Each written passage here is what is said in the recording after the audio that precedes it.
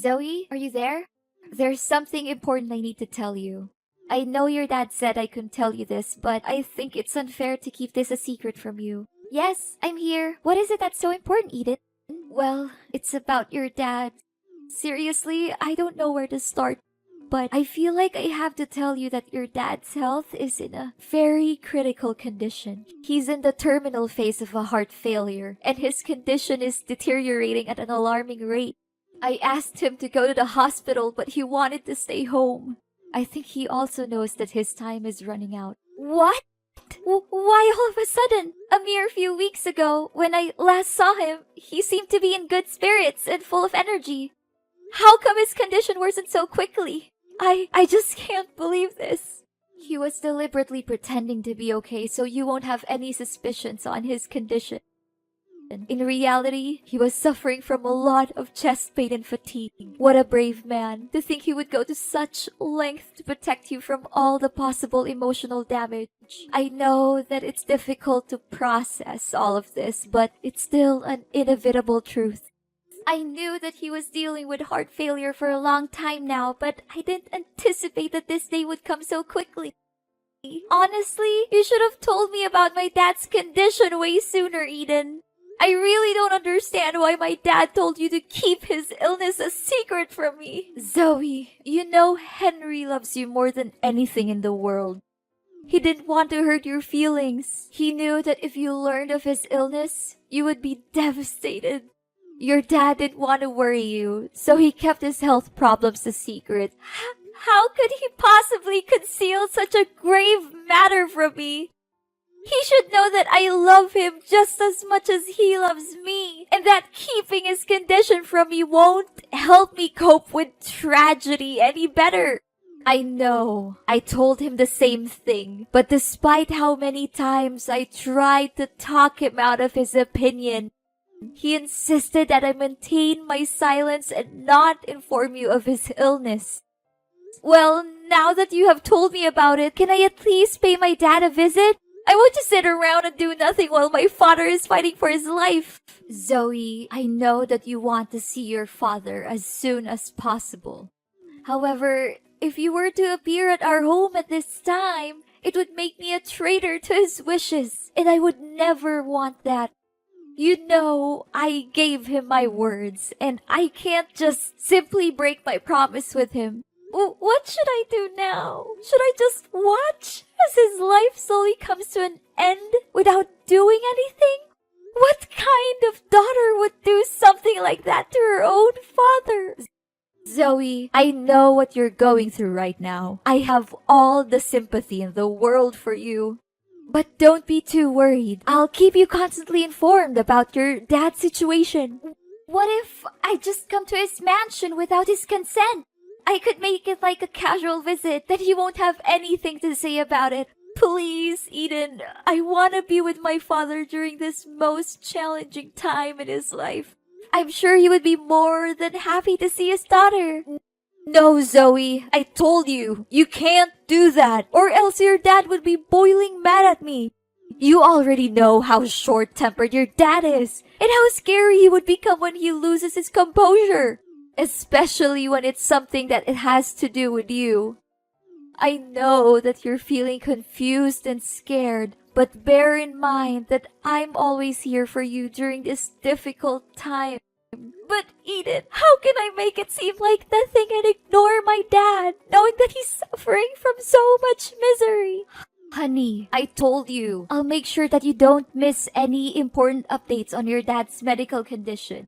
All you need to do right now is to clear your head, pray, and hope for the best for your father. He's a tough man. Although the chances are slim, he hasn't given up on his life yet. Fine, I understand that it's impossible for me to visit my father. However, I don't want to trouble you too much about my father's condition.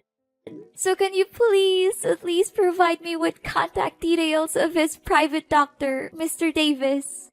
I just want to know more information on my father's medical prescriptions and his current condition.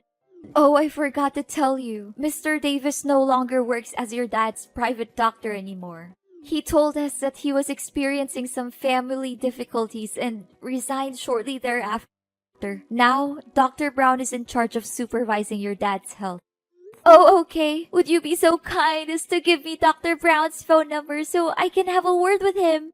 Please send me as soon as possible because this is really important for me. Honey, you don't need to worry yourself too much with your father's treatment by contacting his private doctor. Me and Dr. Brown have everything under control. We always keep a close eye on Henry's situation and immediately interfere if anything goes wrong. I can't help but think that you're doubting my ability to take care of your father, and I feel a little offended by that. No, Eden, you're misunderstanding me. That's not what I meant at all. I believe that you have seen with your own eyes how well I have always taken care of Henry throughout the years. I undertake the daily tasks of cooking his meals, ironing and laundering his clothes, cleaning the bedroom, and ensuring that his workroom is spotless. I could ask the maids to do all the housework, but I don't want to. I think it's important for me to be a hands-on wife and take care of my husband myself. Zoe, I don't want to say this out loud, but I knew that you disliked me from the very first day I set foot in Henry's house. Is that correct? Well, I don't blame you. It's a bad reputation that stepmothers always have to bear on their shoulders.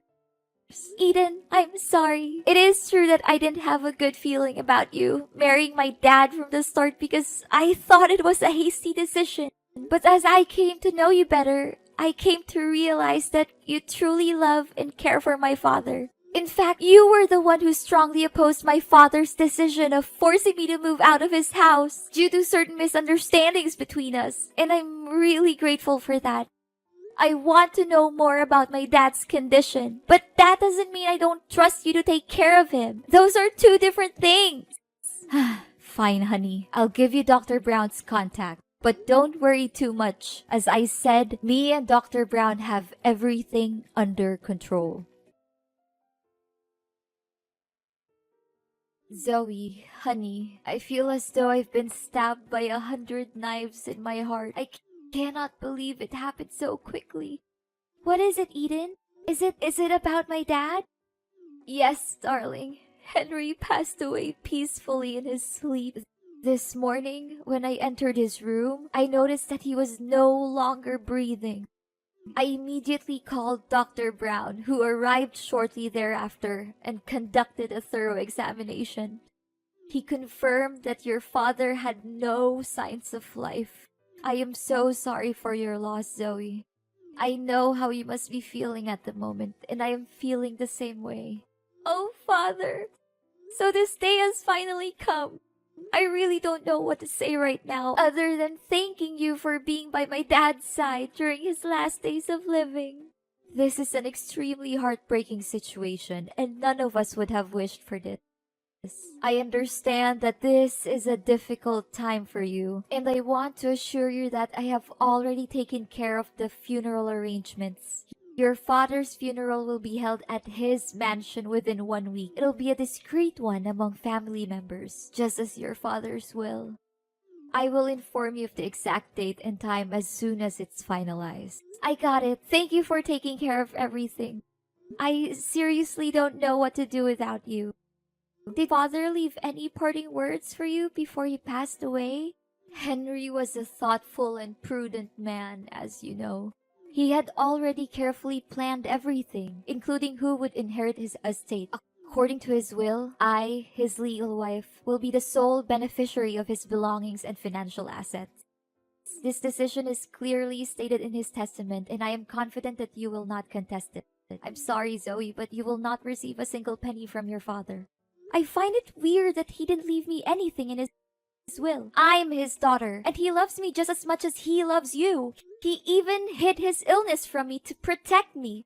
I don't think he would have left me out of his will on purpose. Zoe, just accept that you no longer have a place in Henry's heart. I have been his primary caregiver for many years, and he has come to rely on me more than on you. You may not realize it, but the bond between you and Henry has weakened over time. In fact, he may have stopped caring for you altogether. That is why he decided to leave me all of his assets. He knew that I am the person who deserves them the most. No! It's simply not true what you said. My father's love for me has never diminished, even after my mother's death. The last time we saw each other, he treated me with the same warmth and kindness that he always has. I can confidently state that my father's love for me is unwavering and everlasting. You may continue to cling to your delusion about your father, but you cannot deny the fact that I am the rightful heir to Henry's vast fortune. If you have any objections to your father's will, you are welcome to come to my house and I will show you the testament that he personally wrote. I am confident that you will be able to identify his handwriting and signature very quickly. Admit it, Zoe. Now you're nothing more than a pitiful and abject failure. And me? After all those years of enduring that disgusting old man, I can finally achieve my goal to acquire his fortune and a lot of it. What? What do you mean? Are you implying that you married my father solely for his wealth? I find your old father so disgusting that I have to hold back from throwing up every time I have to sleep with him. Do you really think that a beautiful young woman like me would be with your father because I love him? That's the most ridiculous joke I've ever heard in my entire life. What? So you're saying that all of the years you spent caring for my father were nothing more than a calculated and deceitful ploy to gain control of his vast fortune? I was totally convinced that your words and actions were genuine. I believed that you were truly committed to watching over my father's well-being. Oh, honey, these sorts of performances are child's play for me. You believe that I was caring for your father, but the reality is that the maids were doing all the work for me. I simply gave them some money to keep them quiet so that I could take all the credit. You must be surprised by my intellect. Am I correct? I am curious to know who else could possess both intelligence and beauty like me. Eden, you're a person of astonishing shamelessness, greed, and despicable deception. I never imagined that you would be that kind of person. I believed that you truly cared for my father and that your intentions were genuine. The thought of how you pretended to be nice to me and my dad makes me shiver. And by the way, sorry that I got you kicked out of the house. I would be surprised if you didn't miss the days when you lived in your father's grand mansion, now that you've been reduced to living in a tiny rented house. I can only imagine how cramped and uncomfortable it must be for you after being accustomed to such luxury. Well, it is a life that you have earned, one that is fitting for a little brat like you. What? You were the one who orchestrated my being kicked out of the house? Who else could it have been? You were angry at your father for not letting you go out with your bad friends. So I took advantage of the situation and snuck into your father's workroom and burned his important documents to ashes. Afterwards, I took your father's phone and texted you to come into the room. Hardly had you stepped foot into the room when your father came in, catching you red-handed in the midst of the compelling crime scene. Now that I think about it, I still can't understand why my father was so certain that my friends were delinquents. It was you who planted those ideas in his head, wasn't it? Oh, I thought that someone as dull as you wouldn't be able to grasp the situation so quickly. But bingo! You got that right. Prior to that, you were also involved in a number of other incidents, such as stealing your father's money, throwing away your father's wedding ring, or destroying his wedding photos with me. Of course, all of these troubles were orchestrated by me, and they, along with the incident in which your father's documents were burned, are more than enough reasons for you to be excluded from the house. You were the one behind all of this?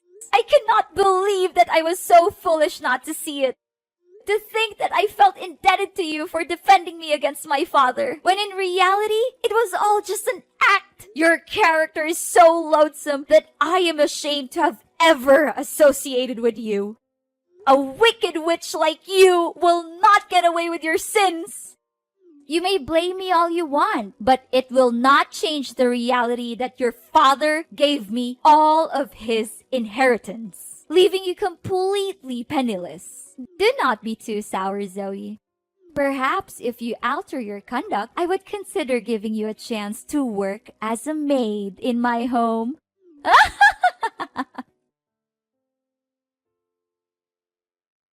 Zoe, I never imagined that you could be so embittered as to not even attend your own father's funeral. I am deeply disappointed in you, Zoe. What kind of daughter are you? I was about to ask you that very question, Eden. What sort of stepmother are you to commit such a heinous act? What sort of thing are you implying, Zoe? Are you still holding a grudge against me for not getting your hands on your father's fortune? If I'm not mistaken, you're simply sitting at home plotting some evil scheme to regain your father's inheritance. Are you not? Well, sorry to say, but that won't be easy, Zoe. You know very clearly that I am the rightful owner of your father's legacy. You even saw with your own eyes your father's testament, and you can't even deny that it is your father's own handwriting. Eden, I would not be so arrogant if I were you. In fact, I suggest that you prepare to face your worst nightmare for the vile crime that you committed against my father. What crime are you referring to? Are you perhaps fantasizing again? Don't attempt to deceive me with your pretense of innocence. I know everything. You coerced my father into signing a will that leaves all of his assets to you. Your boyfriend held a gun to his head while he was signing the document. Subsequently, you confined my father and Dr. Davis in the basement to prevent anyone from ever learning of your wrongdoing. What boyfriend? Seriously, I don't have a clue what you're talking about. Your father is dead. Stop deceiving yourself into believing that he's still alive. It's ridiculous, you know that. If you had attended the funeral, you would have seen your father's body in the coffin, but you declined to do so. Please, Eden, stop pretending. I know everything about your evil plan to hurt my father and steal his money. In fact, Dr. Brown is actually your boyfriend, Scott. He has assumed the identity of Dr. Brown in order to stay close to you. If I'm not mistaken, you had intended to marry him had things gone according to your initial plans. What?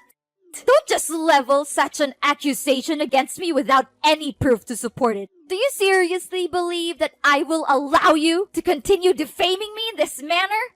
I'm calling the police. How dare you deny your crime and ask for evidence? My father and Dr. Davis are the living proof of your wrongdoing. I found them tied up in the basement of my father's mansion, and I was able to free them. The police will soon find out about you and Scott's crime of kidnapping. You should prepare for that. It's useless to deny it because Scott has already confessed. How could he have been so foolish? I refuse to believe it. Don't try to trick me. I won't fall for it. There's no way that Scott would admit everything. I suspected something was wrong from the start, so I asked Dr. Brown for my father's medical records. I found out that he prescribed the drug that my dad was allergic to, which only me and Dr. Davis knew about. I investigated and found out that Dr. Brown is a fraud with no medical knowledge. He eventually pleaded guilty to his crimes and said that you were his accomplice. What? How could Scott be so stupid to commit that simple mistake? I knew that I could never put my trust in that useless man. Don't just blame your boyfriend for your plan failing. You also messed up. That gave me the perfect chance to sneak in and rescue my dad and Dr. Davis from the basement. No! It's unbelievable that someone as dull as you could have figured out my plan so easily. I cannot believe any of this. Eden, you are a liar and a cheat. You pretended to be a good wife and caregiver to my father, but you were actually having an affair with Scott. Dr. Davis found out about your affair with Scott and told my father. You and Scott were scared, so you attacked them and locked both Dr. Davis and my father in the basement. No, please stop talking. I've heard enough. In a subsequent act of desperation, you and Scott devised a meticulously crafted scheme to conceal your crime. You claimed that my father was seriously ill and even faked his funeral in an attempt to throw off suspicion. The figure that lies in the coffin is not my dad's corpse, but a wax effigy that has been crafted with painstaking precision. Furthermore, I also found out that you hadn't even informed the state about my father's death. So there's no way that my father's death was real. Oh no! I can't believe I figured it all out. Please do not turn me into the authorities. I didn't want to do what I did, but your father left me no choice. He threatened to disinherit me and leave everything to you. I was afraid of having to give up the lifestyle that was funded by wealth and privilege, which I had been enjoying all the time. What could I do in that situation? Henry forced my hand. It was not my fault. I would do anything to make it up to you and your father. I would go away and never bother you again. I would give up everything I've just to be forgiven. Please, I'm begging you. Don't call the police. I'm not a bad person. I was just trying to survive. Please give me another chance. After the dreadful crimes you committed, now you would still dare to claim that you are not a bad person? Your actions against my father were utterly unforgivable, and you deserve the most severe punishments. The police are already on their way to arrest you, and don't even think for a moment that you will be able to escape justice. After a lengthy investigation, the police finally apprehended Eden and her lover, Scott, for their heinous crimes of illegal captivity and fraud. The two were subsequently tried and convicted, and each sentenced to 7 years in prison. This sentence is a just and fitting punishment for their cruel and unscrupulous actions. Upon being liberated from their imprisonment, my father and Dr. Davis showered me with praise for my keenness in solving the case. My father also expressed his regret for not heeding my counsel in the first instance and forcing me to move out of his house. He then extended an invitation for me and my spouse to relocate to the mansion and reside with him. Ultimately, it was not my father who was at fault for the events that transpired. Rather, it was my wicked stepmother who was having an extramarital affair and subsequently devised a plan to seize my father's fortune. In the end, justice was served. Although what happened to my father and me was disheartening, it also served to strengthen our bond as father and daughter. It is always essential to never give up on the people we care about and to be willing to open our hearts when they offer us a sincere apology for the mistakes they made in the past.